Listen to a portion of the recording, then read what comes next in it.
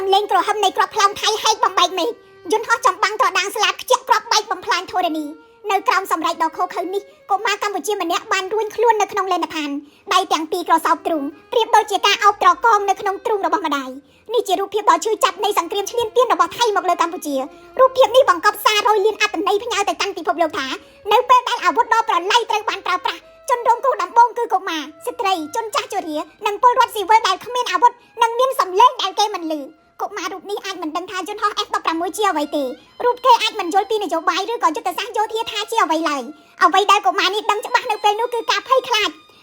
ដោយសំឡេងខូខើនៅចំពីលើរូបកាយដ៏តូចល្អិតរបស់ខ្លួនភ័យខ្លាចថាលេនឋានរូបដីមិនអាចទប់គ្រាប់បែកនោះបានភ័យខ្លាចរូបគេគ្មានឱកាសជួបឪពុកម្ដាយទៀតអ្វីដែលកុមារចង់បាននៅពេលនោះគឺការរស់រានមានជីវិតសម្រាប់ប្រជាជនកម្ពុជារូបភាពនេះកប់ជ្រៅនៅក្នុងក្រអៅបេះដូងរូបភាពនេះដាស់ការចងចាំនៃភ្លើងសង្គ្រាមកុមារកម្ពុជាត្រូវធំឡើងដោយការភ័យខ្លាចជំនួសឲ្យសន្តិភាពក្រោយឆ្លងកាត់ទំព័រសង្គ្រាមដ៏ជូរចត់រាប់ទសវត្សរ៍យើងធ្លាប់សង្ឃឹមថាកូនរបស់យើងនឹងមិនចាំបាច់ជួបប្រទះរឿងដ៏សោកសៅនេះម្ដងទៀតទេប៉ុន្តែពេលនេះអតីតកាលបានវិលត្រឡប់មកវិញក្រៅពីការឈឺចាប់ឥតឧបមារូបភាពដ៏អាសូរនេះរំលឹកយើងថាកម្ពុជាត្រូវតែពង្រឹងខ្លួនឈរឲ្យបានរឹងមាំដើម្បីអាចការពារប្រជាជនរបស់ខ្លួនបានជាពិសេសកុមារដែលជាទំពាំងស្នងជាតិការការពារប្រទេសជាតិគឺការពារទាំងទឹកដីនិងការពារទាំងអាយុជីវិតរូបភាពនេះក៏ជាសារមួយទៅកាន់សហគមន៍អន្តរជាតិផងដែរកម្ពុជាតូចប៉ុន្តែកម្ពុជាក៏ជារដ្ឋអធិបតេយ្យដែលមាននៅក្នុងផែនទីពិភពលោកកុមាររបស់កម្ពុជាក៏មានក្តីសុបិននិងត្រូវការអនាគតត្រចះត្រចង់សង្គ្រាមឈ្លានពានបំភ័យបំឡាចបំបាក់ស្មារតីរបស់កុមារ